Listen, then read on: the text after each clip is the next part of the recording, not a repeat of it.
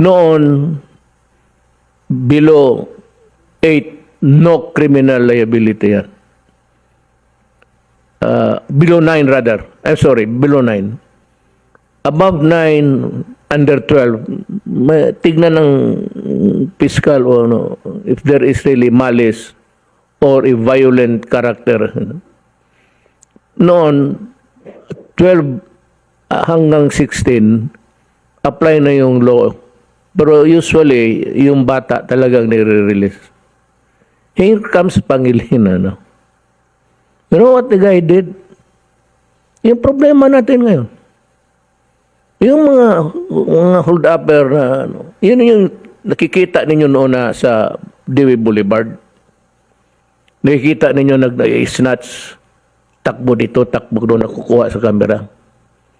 And do you know, I said, why they are so bold to do that, daring? Because they have been previously, sa experience nila, under the Pangilinan law. Hindi ka makulong.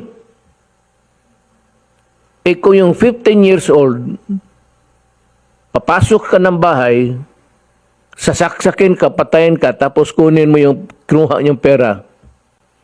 Pagdating doon sa stasyon, sabihin ng police, report ng recorded, go where you want. That increase the number of crime tenfold. Piskal na ako noon. Sabi ko, napakagagong. And the Congress that went along with it. Yung mga abogado, tanungin ko siya, buhay pa man kayo. Yung members of the Congress, hindi pa ninyo binasa ng gusto yan? Kaya doon nagsimula ang police na magsabi, minor yan, huwag yan. Hindi yan. Kaya lumalaban.